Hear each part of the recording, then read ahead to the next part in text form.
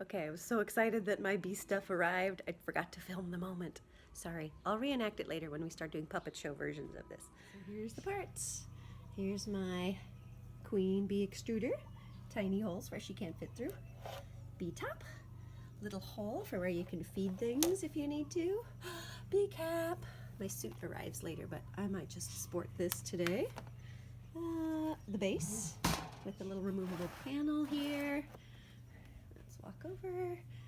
Ooh, flow hive. That's for another session. Roof parts and brood box. Hammering together these beautiful dovetail joints with just a little screw support. Now I am building my frames. Here's a frame. Very nice plum corners. They're perfect how they're set up. Look how these little spacers create the perfect amount of space between there, because bees are very precise and very predictable about how much space they want and need. Nice and flush so that we don't get that extra honeycomb being built that creates problems. Karen's superstar tools, because she knows what she's doing. All right, here we are 2 hours later, 2.5. I had a little lunch break.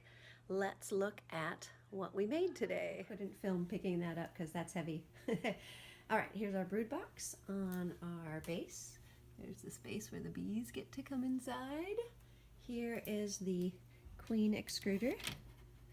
It goes on top. And here is our super box. I have not put the flow hive technology in yet though. That's a whole nother day. Here is the super box placed on top of the brood box, and check out the cool little viewfinder. Plastic, plexiglass, so we'll be able to watch the bees making the honey in the super frame.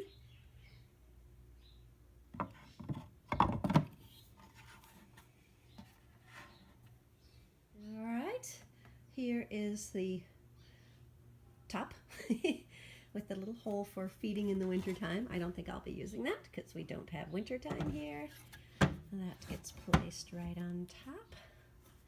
And here's our flow frame roof. My feedback to the company is these holes were the only part of the construction that were not pre-drilled, and that was pretty tricky just because I only have one drill and 2 bits, so it slowed the whole thing down quite a bit. But I think that is probably a good habit to get into in beekeeping, slowing down.